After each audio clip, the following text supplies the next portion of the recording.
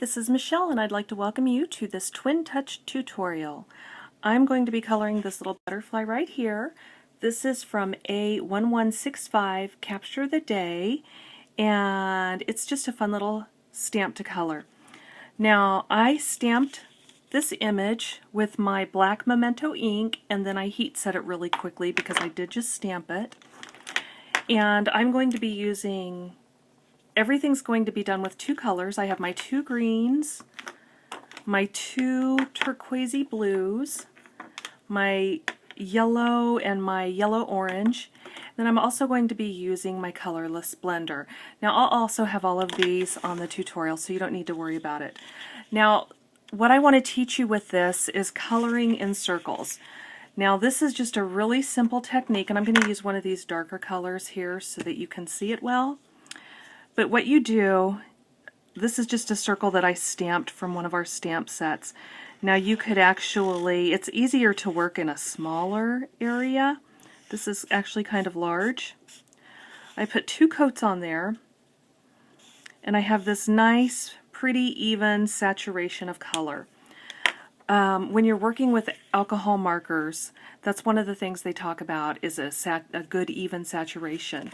And if you turn it over, you can always see by looking at it what your saturation is. Now, because you're using alcohol ink, it's always going to bleed through the cardstock. This is actually, on here, this is Georgia 110-pound cardstock. And the other great thing about alcohol markers is that they do not tear your paper or make it ripple or anything like that. So we're going to go ahead and drop in a little shadow color here, and this is just a good technique to do to practice your coloring.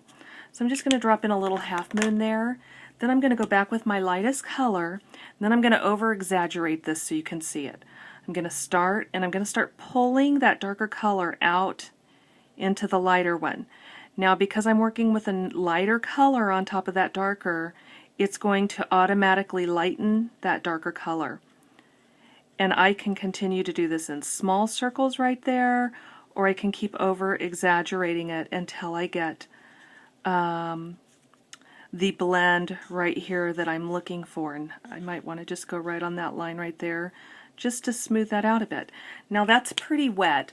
And what I typically do is I always have my heat tool with me, because that ink right now, it's still moving, but if I zap that with my heat tool, it's going to stay in place.